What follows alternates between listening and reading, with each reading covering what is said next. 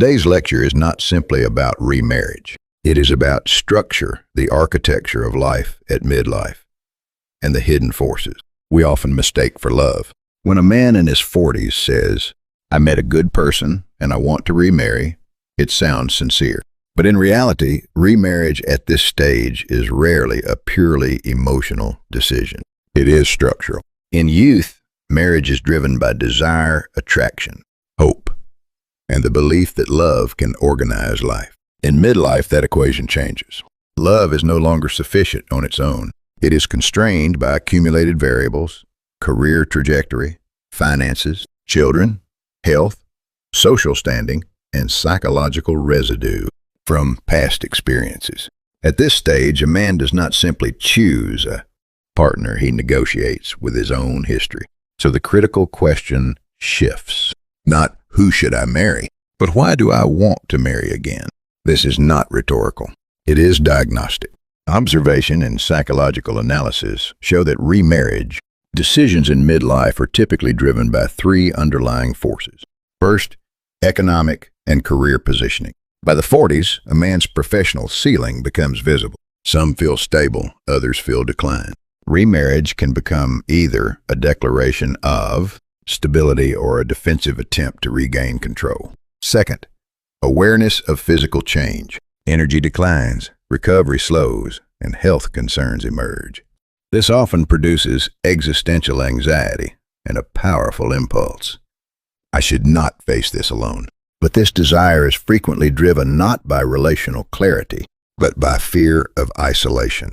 Third, social comparison. Midlife is the peak of comparison. Peers appear settled, families intact, lives coherent.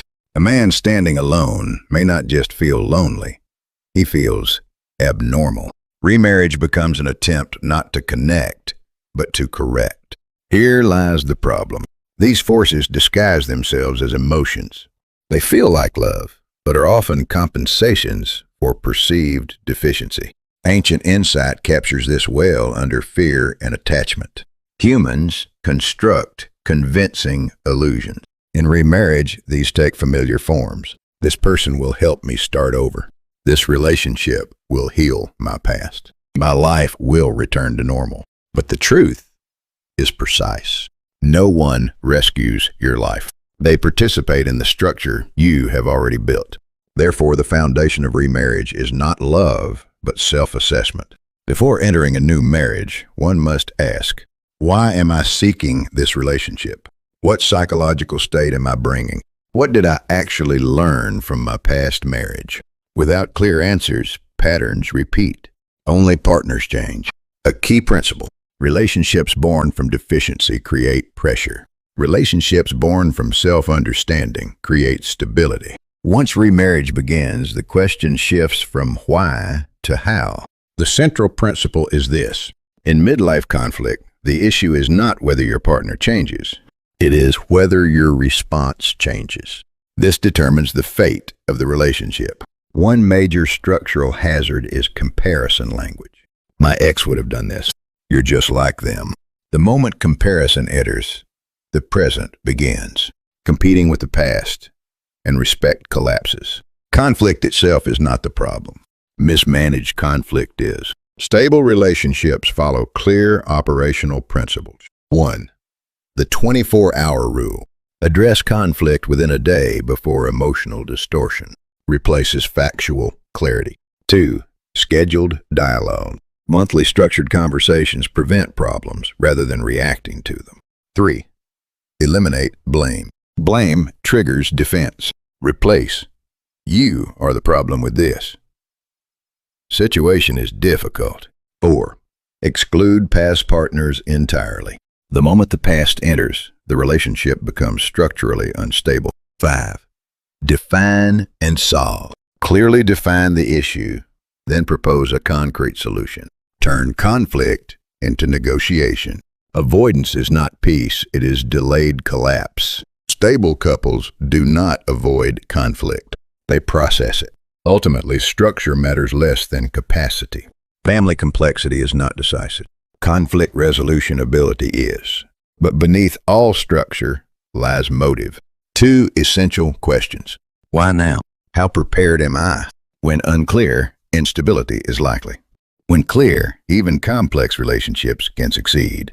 Remarriage motivations typically fall into 4 categories: loneliness avoidance, social image restoration, child-rearing support, self-aware, deliberate choice. Only the 4th consistently produces stability. There is also a timing factor. Remarriage within 1 year of divorce carries higher risk. A preparation period of 18-24 months improves outcomes, but only if used for reflection, restructuring, and recovery. Finally, beware of the illusion of destiny. This is fate.